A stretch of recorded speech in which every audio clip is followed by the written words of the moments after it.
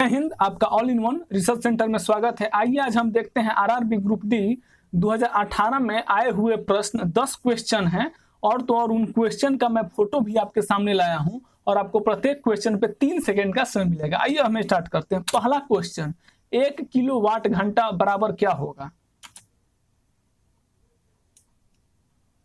Time out. इसका answer हो जाएगा ऑप्शन सी। देखिए, अगर बोलता है 1 किलोवाट घंटा बराबर क्या होगा तो इसका आंसर हो जाता है 3.6 इंटू 10⁻⁶ जूल। इसको कैसे याद रखिएगा तो आइए हम इस पर बात करते हैं। देखिए, इसको कैसे याद रखना है तो इसको मैं आपको बताता हूं। देखिए, इसमें आपको पहले तो आप ये ध्यान रखना है कि किलो होता है 1 किलो, यानी 1 किलो में देखिएगा तो 1000 ग्राम होता है। ठीक है, 1000 ग्राम होता है। और जो ये घंटा है, घंटा को आप अगर मिनट में पहले बदलिएगा और तो घंटा को अगर मिनट में यानी 60 से गुना करिएगा, वन में 60 से गुना करिएगा और फिर इसको सेकंड में बदलिएगा तो फिर से आप इसको 60 से गुना करिएगा। तो इसको जैसे ही आप इक्वल टू में करिएगा तो ये आपको आ जाएगा 36 और 00। ठीक है, और तो और ये जो 3 जीरो है ये भी आ जाएंगे, यानी टोटल इस पे 5 जीरो हो जाएंगे। ठीक है, इस पे टोटल 5 जीरो हो जाएंगे। तो देखिए, यही वाला जो है इसी को अगर पॉइंट में तोड़िएगा तो आपको 3.6 इंटू 10⁶ आता है। इसको देखिए, याद करने का ट्रिक क्या है, इसको ट्रिक के माध्यम से अगर हम देखें तो देखिए जो ये लिखा हुआ है 3 6 और 5 0 है। मैं थोड़ा अच्छा से कर 2 3 4 5। ठीक है, ये 5 हो गया ना। तो आपको देखिए याद करने का देखिए ट्रिक के फॉर्म में इसलिए इस तरह से आप समझ सकते हैं कि ये जो है आपको 4 ही है, एक और देता हूँ 5। ये 5 है, इसलिए जो है आपको 3.6 हो जाएगा। ठीक है, और तो और इसमें आपको कंफ्यूजन और यहाँ पे 3.1 वाले में नहीं होता है, क्योंकि ये जो है आपको सारे ऑप्शन में 3.6 जो है ये वाला रहता है। आपको कंफ्यूजन होता है तो 10⁻⁶ वाले पे। तो आपको ध्यान रखना है कि देखिए यहाँ पे 5 जीरो है, इसलिए यहाँ पे 6 हो जाएगा, ऊपर में 6। और वैसे नहीं याद रह रहा है तो याद रखिए कि यहाँ पे देखिए 36 में 6 आ रहा है, तो यही वाला जो 6 है वो 10⁻6 लग जाता है। ठीक है, तो इसको आप ध्यान रखिएगा। और तो बस यही आपको मेन यहाँ पे देखिए, क्योंकि बाकी सब अलग अलग है, याद रखिएगा प्लस में ही रहेगा। और ये जो होता है आपको जो जूल में लिखाता है, डिनोट होता है, वो जूल में होता है। इसलिए इस क्वेश्चन का जो आंसर हो जाएगा 1 किलोवाट घंटा बराबर आपका ऑप्शन सी आंसर हो जाएगा 3.6 इंटू 10⁻⁶ जूल। आइए हम चलते हैं आगे। देखिए, यहाँ बोल रहा है कि त्वरण का एसआई इकाई क्या है? Time out. इसका आंसर हो जाएगा ऑप्शन सी। देखिए, त्वरण यानी इसको इंग्लिश में बोला जाए तो इसको इंग्लिश में बोला जाता है एक्सीलरेशन। ठीक है, इसको इंग्लिश में क्या बोला जाता है? इसको बोला जाता है एक्सीलरेशन। एक्सीलरेशन का अगर बोलता है तो इसका आंसर जो है metre second inverse minus inverse 2। अब देखिए, ये माइनस इनवर्स 2 का मतलब क्या है, हम आपको समझाते हैं। देखिए, इस पे समझाता हूं मैं आपको। देखिए, जो ये एक्सीलरेशन जो होता है मैं आपको यहीं पे बताने की कोशिश करता हूं। देखिए, एक्सीलरेशन का रियल में देखा जाए तो इसका जो फॉर्मूला जो एसआई यूनिट होता है मीटर पर सेकेंड स्क्वायर होता है। ठीक है, तो ये होता ऐसे है कि जब ये आपको मीटर तो मीटर ही रहेगा, लेकिन ये आपको भागा में है यानी डिवाइड में है। जैसे ही ये ऊपर जाएगा तो ये हो जाएगा इनटू में। ठीक है, इनटू में ये हो गया, यहाँ पे कुछ नहीं है यानी इनटू का सिंबल है। और ये जो पावर जो 2 है वो आपको यहाँ प्लस है, लेकिन ऊपर में जाते ही ये माइनस में हो जाता है। तो रियल में अगर देखा जाए जो आपको त्वरण यानी जो एक्सीलरेशन का फॉर्मूला क्या है, तो रियल में जो फॉर्मूला है वो मीटर सेकेंड स्क्वायर है। ठीक है, लेकिन इसी को ये ऊपर कर दिया है, इसलिए आपको ये आपको दिख रहा है मीटर सेकेंड माइनस 2। ठीक है, तो इस तरह से दिख रहा है। तो रियल में इसका फॉर्मूला ये है, इसको आप ध्यान रखिएगा। आइए हम आपको क्वेश्चन भी दिखाते हैं ताकि आप क्वेश्चन भी देख लीजिए। देखिए, ये है, आप इसको पढ़ सकते हैं। ठीक है, और जो आपको मीटर पर सेकेंड वही यहाँ पे जो मैं मार्क किया हूँ, तो ये वही कहने का मतलब है कि इसका जो रियल में ये मीटर बाई सेकेंड स्क्वायर यानी मीटर बाई यानी डिवाइड मीटर स्क्वायर है, उसको इस तरह से किया गया। इसको भी आप पढ़ सकते हैं। आइए हम चलते हैं आगे। देखिए, बोल रहा है प्रकाश की चाल अधिकतम कहां पे होती है? Time out. इसका आंसर हो जाएगा ऑप्शन बी, वैक्यूम। देखिए, जो आपको प्रकाश का जो चाल होता है सबसे अधिक जो होता है वो वैक्यूम में होता है। ठीक है, अब देखिए वैक्यूम क्या होता है, तो वैक्यूम वो चीज होता है ना ही वहां पे वायु होगा ना ही भी किसी तरह का दाब होगा। अब फिलहाल में आप सुने होंगे कि भारत में और दुनिया में पूरी जगह पे एक जो ट्रेन है उसका ट्रायल किया गया है, जो कि एक वैक्यूम में चलेगी, जो यानी जो उसको एक पाइप की तरह रहेगा, उसी के अंदर वो चलेगी। तो उसमें है यही है, वहीं पे काम कर रहा है, वो मैग्नेट से रहेगी चारों तरफ से, और उसमें से पूरा जो भी एयर वेयर है ना, और जो भी प्रेशर उसको निकाल लिया जाएगा। तो उसी को वैक्यूम कहते हैं। वैसा ही वैक्यूम होता है, इसमें ना ही एयर रहता है, ना ही किसी तरह का प्रेशर रहता है। तो जो प्रकाश का जो चार्ज सबसे अधिक होता है वो वैक्यूम में होता है, आप इसको याद रखिएगा। आइए हम चलते हैं आगे। देखिए यहाँ पे बोल रहा है एक एटमॉस्फेयर इक्वल टू क्या होगा, टाइम आउट। इसका आंसर हो जाएगा एक एटमॉस्फेयर इक्वल टू, आपके इसके ऑप्शन ए आंसर हो जाएगा। देखिए इसको आप पहले पढ़ लीजिए, फिर अभी हम आगे आपको बताते हैं। 1.01 इंटू 10⁵ PA। PA का मतलब होता है पास्कल, ठीक है। जो भी आपको एटमॉस्फेयर का जो अभी हम आपको बताएंगे, जो नापा जाता है वो पास्कल में मापा जाता है, उसका इकाई यही है, ठीक है। आइए हम अभी आपको आगे बता ही देते हैं।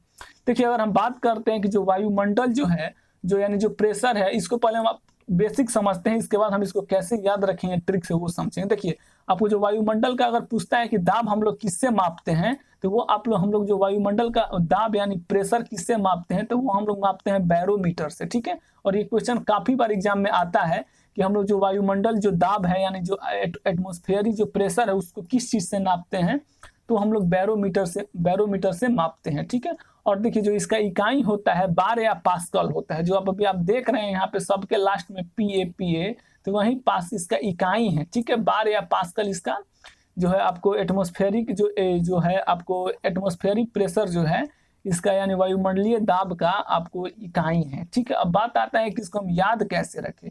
देखिए इसको याद करने का कोई ऐसे तो कुछ है नहीं, लेकिन हाँ हम ट्रिक से इसको कोशिश करते हैं इसे याद करने का। देखिए इसको याद करने का तरीका क्या है, आपको पता है, इसको आपको सपोज करना है, रियलिटी कुछ ऐसा नहीं है। देखिए एटमॉस्फेयर में आप ध्यान दीजिएगा तो हमारा दिन पर दिन एटमॉस्फेयर खराब होते जा रहा है, यानी बद से बदतर होते जा रहा है। तो अब ऑप्शन में देखिए कि सबसे कम कौन है, क्या जैसे बात खराब हो रहा है, यानी जो हम लोग का वायुमंडल है उसका जो प्रदर्शन है वो क्या हो रहा है, खराब हो रहा है, नीचे जा रहा है। तो सबसे कम कौन है, तो 10⁻1 और 1.01 दोनों में कौन है, जाहिर सी बात है ये छोटा है, जो ये इन सब इसके मुकाबले ये वाला जो है छोटा है, यानी जो आंसर जो होगा छोटा वाला होगा, क्योंकि हमारा वायुमंडल दिन पर दिन खराब हो रहा है। तो इन्हीं दोनों में से कोई हमारा आंसर होगा, ठीक है, छोटा है इसलिए। अब बात आता है कि इन दोनों में हम कैसे अब जाने। तो देखिए यहाँ पे 10⁵ लिखा हुआ है और 10⁶ लिखा हुआ है, तो 5 और 6 में कौन छोटा है, तो 5, क्योंकि जान रहे हैं आप भी कि एटमॉस्फेयर दिन दिन खराब होते जा रहा है, तो 5, इसलिए हम लोग का जो आंसर जो हो जाएगा ये आपको ऑप्शन ए जो है हमारा आंसर हो जाएगा, ठीक है, क्योंकि यहाँ पे ये छोटा है 5। इस तरह से आप करके इसको आप याद रख सकते हैं। देखिए ये कोई ट्रिक नहीं है, लेकिन हाँ ये आपको मतलब क्वेश्चन अगर एग्जाम में आता है तो हम जानते हैं ऑटोमेटिक आपका दिमाग जो है क्लिक कर दिया कि हाँ इसको इस तरह से करो और इसको अलग करके तुम आंसर मार दोगे, ठीक है। आइए हम चलते हैं आगे। यहाँ बोल रहा है कि लोहे में जंग लगना इनमें से किसका उदाहरण है, टाइम आउट। इसका आंसर हो जाएगा ऑप्शन डी, रासायनिक परिवर्तन। देखिए अब बात आता है कि लोहे में जंग लगना रासायनिक परिवर्तन है, तो अब कौन कौन परिवर्तन क्या है हम आपको सिंपली लैंग्वेज में बता देते हैं। देखिए अगर बोलता है कि रासायनिक परिवर्तन क्या है, तो देखिए रासायनिक परिवर्तन वो होता है कि अगर एक बार उसको बना दिए ना तो दोबारा उसको फिर वापस नहीं ले सकते हैं। जैसे एग्जाम्पल लीजिए, आप आटा लिए हैं, ठीक है, आटा लिए 1 किलो, आप अगर बैचलर हैं तो चाहे कोई भी फैमिली मेंबर भी हैं, तो आप आटा लिए और उसको सान दिए, सान के उसको लोइया बना दिए, तो उसको दोबारा आप आटा बना सकते हैं। अभी तक कोई ऐसा मशीन नहीं बना है जो आटा जो लोइया बनाता है आदमी, आटा को सान के उसको फिर से आप उसको जो है पाउडर में आटा बना दीजिए, ऐसा कोई मशीन नहीं बना है।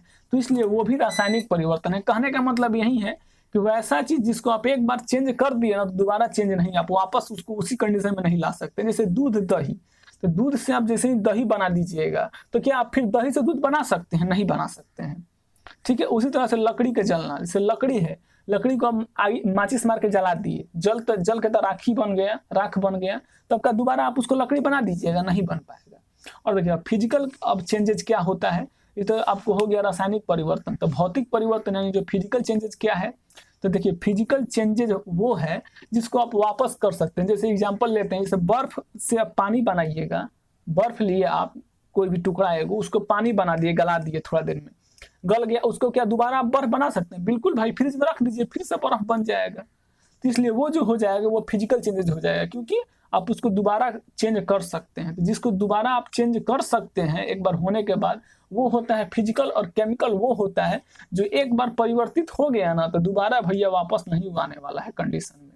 लेकिन हाँ अगर फिजिकल है, जैसे आप जिसे आपका पानी जो आप गर्म करते हैं तो उसका वाफ निकलता है, वाफ को जो थोड़ा शहरी भाषा में उसको वाफ कहा जाता है, तो उसको आप दोबारा उसको पानी बना सकते हैं बिल्कुल, क्योंकि उस पर आप हाथ भी रखिएगा तो आप ध्यान दीजिएगा कि जो उसका जो पानी का बूंद है आपके हाथ पर आने लगता है, तो उसको ढक दीजिएगा कुछ बर्तन से, तो जो उसका जो पानी जो है ना भाप बन के जा रहा है वो फिर दोबारा उसी में गिर जाएगा। नहीं तो और मशीन भी उसका है, यानी अगर ये बोलता है कि पानी का वाष्प बनना, वाष्प कहा जाता है थोड़ा अच्छा भाषा में, तो वाष्प बनना ये क्या है, तो ये भी आपको फिजिकल चेंजेस है। यानी उसको दोबारा अब माने वाष्प बना तो उसको पानी बना लिए, फिर पानी को फिर गर्म करिएगा, फिर वाष्प बन जाएगा। तो इसको बार बार आप चेंज कर सकते हैं। आइए हम चलते हैं आगे। निम्नलिखित में से किसके अणुओं के बीच आकर्षण बल अधिक होता है?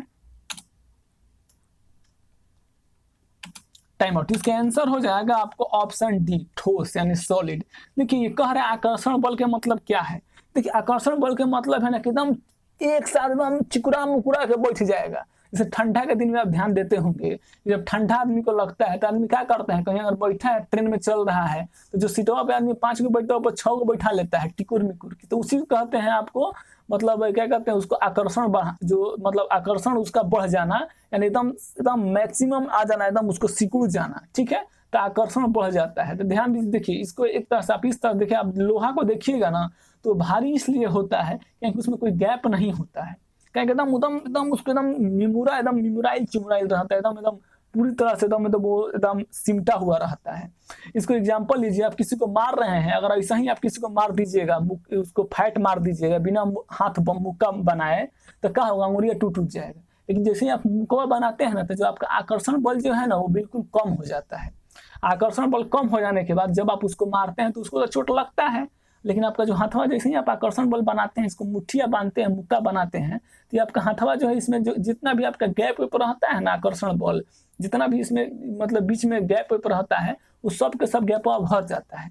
तब आपका बिल्कुल तब हथवा मजबूत हो जाता है, सॉलिड की तरह थोड़ा मोड़ा सॉलिड बन जाता है, नॉर्मल हथवा के कंपेयर में, नॉर्मल के कंपेयर में सॉलिड टाइप का बन जाता है। इसके बाद जब आप मारते हैं तो बाप बाप करता है और आपको नाम के बराबर चोट लगता है। चोट तो लगभग करता है लेकिन नाम के लगता है, इसीलिए ये भी आदमी कहता है कि चोट नहीं लगा है।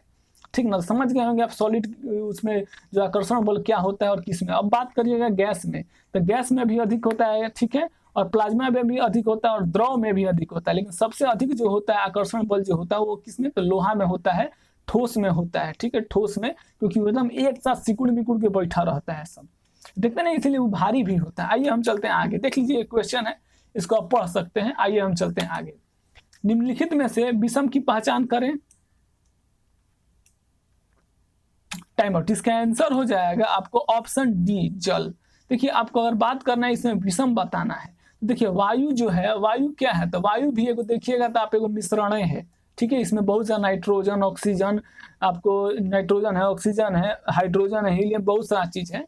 और अगर मिश्र बात करें तो मिश्र धातु कह ही रहा है, मिश्र है यानी मतलब मिला हुआ है, ठीक है।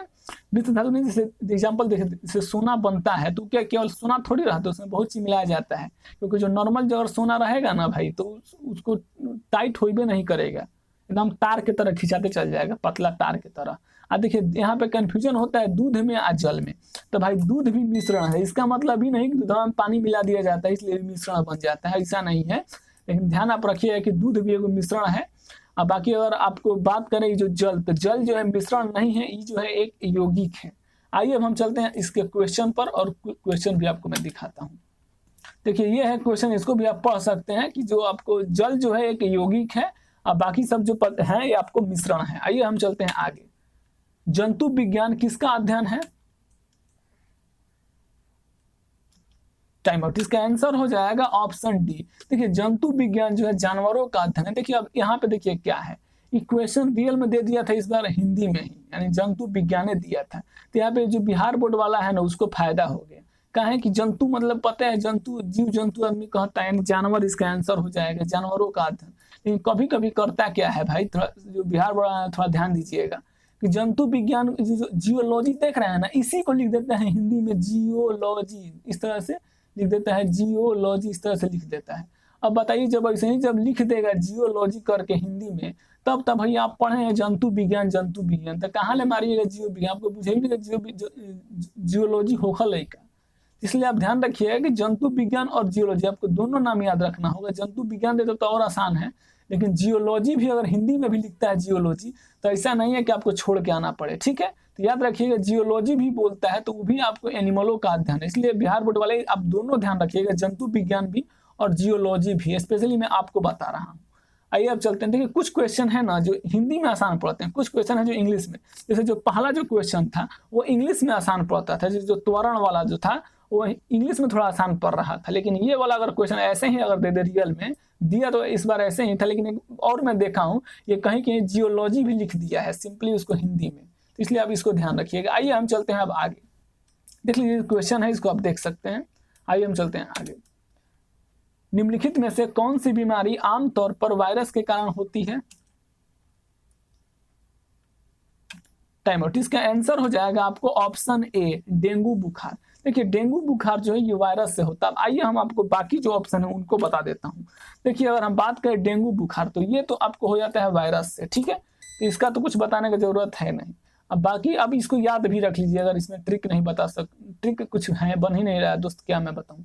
अब बाकी आता है टाइफाइड, हैजा और क्षय रोग, ठीक है, क्षय रोग। अब इसको हम आपको ट्रिक से बता देते हैं। देखिए इसके लिए आपको पहले जाना होगा पहले के, यानी जो आपका पुराना याद है उसमें मैं आपको ले जाना चाहूंगा। आप पहले के जो आप मानिए ना, जब आप बच्चा थे यानी 10-12 साल के होंगे उस समय का बात, जब उस समय ध्यान देते हुए गांव में टीवी बैटरी आता था, जब भी सरस्वती पूजा रखाता था, चाहे कोई भी फंक्शन होता था, मेन सरस्वती पूजा में ही ज्यादा देखा जाता था, तो उस समय टीवी आता था गाँव में, तो बैटरी आएगा, टीवी आएगा भाड़ा पास, सीडी आएगा, उसमें कैसेट लगेगा। तो उसमें होता क्या था कि जैसे ही अब बैटरी तो लग गया, अब आता है, देखिए अब वो आप याद रखिए, अब इस क्वेश्चन को पढ़िए। टाइफाइड, ठीक है, तो देखिए बैटरी का टेन टेकर लगता था, टेन टेकर लगा मतलब क्या चीज, वो बैटरी खत्म होने वाला है, तो टेन टेक कौन करता है? टाइफाइड, टाई टाई टें यानी टाई टाई कौन करता था? ध्यान दिए, यूपीएससी में अभी पढ़ा भी रहा हूँ, तो मेरा यूपीएस कभी कभी बीच बीच में टें करता है, तो टाई टाई करता है, इसका मतलब क्या है कि बैटरी खत्म होने वाला है।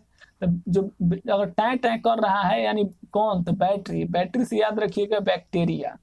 अब आते हैं हैजा, जैसे ही टाई टाई करता था तो हम लोग क्या बोलते थे? जा, बैटरिया तक खत्म होने वाला बा, बैटरिया तक खत्म होने वाला है, तो बैटरी हैजा यानी हैजा, बैटरिया खत्म हो जाएगा, तो कौन, तो बैक्टीरिया यानी बैक्टीरिया हो गया। अब आते हैं क्षय रोग। तो देखिए जैसे टीवी आदमी लाता है ना, सीडिया, टीवी लाता है, बैटरी लाता है, सीडी लाता है, भाप लाता है, आदमी क्या बोलता है लइकन सब, एक दूगो ना 6 गो आज फिल्म देख जाए के बाद कुछ हो जाए, रात भर चली तो चली, लेकिन कहें क्योंकि उस पर होता है डे पर पैसा लगता है, एक दिन में इतना। बैटरी का भी लिमिट होता है कि बैटरी डिस्चार्ज हो गया, लेकिन बैटरी इतना आसानी से डिस्चार्ज नहीं होता था। मैक्सिमम होता था कि आदमी के टाइम में कम पड़ता था, आदमी को मजबूरी में अगला दिन देना पड़ता था, चाहे आपको दिन बढ़ाना पड़ेगा, उसका पैसा देना पड़ेगा। तो आदमी क्या बोलता था, कुछ हो जाए 6 गो फिल्म देख जाए के बाद, तो क्षय रोग, एक ही फिल्म वो 6 बार सब देख जाता था, इतना सब था, कहेंगे पैसा साधाना था, तो एक ही फिल्म के 6 बार देखे जाएगा सब, 6 बार, 2 बार, 3 बार, कम से कम 2 बार तो देखे जाता था। तो आप याद रखिएगा कि 6 गो फिल्म देखना था, चाहे 6 घंटा देखना था कम से कम। तो क्षय रोग हो गया बैटरी यानी बैक्टीरिया से। अब आइए हम चलते हैं आगे, आपको आशा करते हैं आपको ये समझ में आ गया होगा और आपको याद भी हो गया होगा। आइए हम चलते हैं अब आगे। देखिए अब बात करते हैं माइकोलॉजी डैश के अध्ययन से संबंधित है। Time out. इसका आंसर हो जाएगा ऑप्शन बी। देखिए माइकोलॉजी जो है कवक से यानी फंगस से संबंधित है। अब आइए बात करते हैं माइकोलॉजी के बारे। देखिए बात आया है माइकोलॉजी, तो माइकोलॉजी आपको पता है ये कवक का अध्ययन है, कवक यानी फंगस का। अब देखिए इसमें कुछ बात है जिसको याद रखना है। इसे एपी कल्चर किसका अध्ययन है, तो ये मधुमक्खी का अध्ययन है। अब इसको कैसे याद रखिएगा, तो देखिए आप जब भी कोई आता है आदमी किसी को मध देता है, क्या बोलता है, पीवा मधवा, यानी मध पीना है आपको, तो मध आदमी पीने का किसको बात करेगा, तो मध का। तो एपी कल्चर, एपी पी, तो पीने का किसको बात करेगा, तो मध का। तो इस तरह से आप याद रखिए कि एपी कल्चर जो है पीने का बात किसमें होता है, मध में, यानी मधुमक्खियों का अध्ययन हो गया, ठीक है। अब बात आता है सेरोलॉजी, ठीक है। तो सेरोलॉजी जो होता है वो छिपकली का अध्ययन होता है। अब इसको कैसे याद रखिएगा, तो ध्यान दीजिएगा जो छिपकली होती है नॉर्मली बैठी रहती है एकदम, दीवार पे चिपकी रहेगी, और कोई कीड़ा मकोड़ा स्पीड से झपकती है, यानी इतना उसका स्पीड से अटैक होता है वो कीड़ा मकोड़ा पर, उसको पता नहीं चलता है कि मेरे साथ हुआ क्या, और अचानक उसको खा जाती है। यानी ध्यान दीजिएगा, तो जो छिपकली का जो अटैक होता है, जैसे फील होता है ना कि शेर का अटैक है, कैसे शेर अचानक हमला कर देता है, एकदम स्पीड हमला, एकदम धुआंधार, उस तरह से इसका भी अटैक होता है। तो इस तरह से आप याद कर सकते हैं कि जो किसका शेर की तरह अटैक होता है, तो सेरोलॉजी, तो छिपकली का, तो छिपकली का अध्ययन तो सेरोलॉजी। अब देखिए बात आया है मछलियों का अध्ययन, तो मछलियों का अध्ययन है इक्थोलॉजी, और जो आपको जो पक्षी का अध्ययन जो है आर्निथियोलॉजी है, ठीक है, आर्निथियोलॉजी। तो देखिए इन दोनों में थोड़ा सा अंतर, देखिए इक्थोलॉजी, तो देखिए क्या है इक्थोलॉजी, तो इक्थोलॉजी जो है ना, आपको मछली जब भी आप लेते हैं, ध्यान दिए होंगे, तो मछुआरा एक प्लास्टिक में आपको तौलता है, तौलने के बाद वो प्लास्टिकवा को लेता है, और जिंदा मछली का मैं बात कर रहा हूँ, मरा हुआ मछली मत लीजिएगा, जिंदा मछली लीजिएगा तब प्लास्टिक में रखता है ताकि मछलियां भागे नहीं, और उसके बाद उसको रख के मारता है, मार डंटे, अब डंटा रखे रहता है बड़ा बिजोड़ा, उसको मारता है सब मछलियां प्लास्टिकवा पर, ताकि मछलियां सब मर जाए, ताकि काटने में आराम रहेगा। तो इक्थो यानी इसको, इससे आप याद रखिए, इससे आपको ध्यान रखना है, इक्थो यानी इसको मारता है, किसको, तो मछलियां को मारता है, इक्थो मारता है यानी मछलियां को मारता है। ध्यान नहीं बोलते, देखो इसको मार रहा है यानी इक्थो मार रहा है, तो इसको मारेगा किसको, तो मछलियां को। तो ध्यान रखिए जब इक्थो आ जाए ना कि इसको मार रहा है, तो ये आपको हो जाएगा किसका, तो मछलियों का अध्ययन हो जाएगा। अब बात आता है आर्निथियोलॉजी, ठीक है, आर्निथियोलॉजी, तो देखिए इसमें देखिए आर्निथियोलॉजी, ये देखिए इसमें दोनों में भाई लगभग सेम है, इसलिए इन दोनों में ज्यादा ट्रिक नहीं, इसमें ध्यान रखिएगा, इसमें इक्थोलॉजी है और इसमें जो है ऑर्निथियोलॉजी है, यानी इसका शुरुआत जो होता है ओ से होता है, ठीक है। इस तरह से आप याद कर सकते हैं, क्योंकि बाकी भाई ट्रिक नहीं बैठ पा रहा है, क्योंकि यहाँ पे भी लॉजी है, यहाँ पे भी लॉजी है, ठीक है, इसलिए इसको थोड़ा सा आप ध्यान रख लीजिएगा। यहाँ पे ध्यान रखिएगा ना, इक्थियोलॉजी तो क्लियर हो गया मछलियों का, अब एक बचा ऑर्निथियोलॉजी, तो ओ जैसे ही आ जाएगा समझ जाइए कि पक्षियों का अध्ययन वाला है। आशा करते हैं आपको ये वीडियो पसंद आया, वीडियो पसंद आया तो आप हमें सपोर्ट कर सकते हैं, हमारे यूट्यूब चैनल को सब्सक्राइब करके बेल आइकन ऑन करें। तब तक के लिए धन्यवाद।